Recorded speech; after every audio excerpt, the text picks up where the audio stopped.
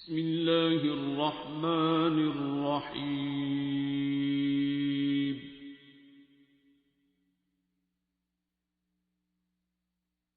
الرحمن. چند دن کی بات ہے ڈاکٹر صاحب، میں گھر میں بیٹھا ہوا تھا تو اس پہ سوچ رہا تھا کہ قائم نماز کیا ہوتی ہے. آپ اکثر ذکر بھی کرتے ہیں کہ قائم نماز والے میں، تو میں بھی سوچتا رہا ہوں کہ یار قائم نماز کس طرح ہوتی ہے. تو ایک دم ایسا ہوا کہ جیسے کوئی چیز، میری طبیعت جو ہے نا تھوڑی چینج ہو گئی اس وقت، اور جیسے ایسے لگا کہ جیسے مجھے اس کا جواب ملا. قائم نماز جو سمجھ آئی وہ یہ تھی کہ اطاعت میں ہے، اللہ کی اطاعت. اگر اطاعت ہی نہیں ہے، اللہ سے پیار ہی نہیں ہے، تو کس مسئلے پہ کھڑے ہیں، کر کیا رہے ہیں. ہم تو سمجھ میں آئے کہ ایکسرسائز ہی ہوتی ہے، لیکن جو اس خالق کو مانا ہی نہیں، اس سے پیار ہی نہیں کیا، اس کی اطاعت ہی نہیں کی، تو پھر کون سی نماز. تو میں نماز کو کسی اور رنگ میں لیتا ہوں. میرے والد صاحب ایک بات کہا کرتے تھے مجھے کہ بیٹا رزق حلال کمانا بہت بڑی بات ہے. لوگوں کو علم نہیں ہے، لوگ جانتے نہیں اس کے بارے میں کہ رزق کا کمانا. ہمیں تو سرکار نے بتایا، کر کے بتایا، اور یہ ناپ تول کی ذکر کرتے تھے کہ بیٹا قوموں پر عذاب اللہ نے نازل فرمائے. تو جب ان سے یہ باتیں سنتا رہا بتدریج، وہ بار بار دہراتے تھے. وہ دہرانے کا فائدہ یہ ہوا کہ دل میں بیٹھ گئی بات. اس بیٹھنے کا اثر یہ ہوا کچھ تو وہ بات جو ریڈیشنز کی، باڈی کی ریڈیشنز سے، وہ بھی ٹرانسفر تو ہوتی رہتی ہیں چیزیں. لیکن میں بڑا خوش نصیب ہوں کہ مجھے والد سے بہت اچھی چیزیں مجھے مل گئی. ایک تو زندگی کا سفر بڑا آسان ہو گیا، وہ اس لحاظ سے کہ کچھ چیز جمع نہیں کی کبھی زندگی میں. آپ حیران ہیں کہ میں آپ کو یہ ذکر پچھلی بار میں نے کیا تھا کہ میں نے زندگی میں پیسے جوڑے ہی نہیں کبھی آج تک. میرا بینک اکاؤنٹ ہی نہیں جڑتے ہی نہیں، وہ جوڑتے دیتا بھی نہیں.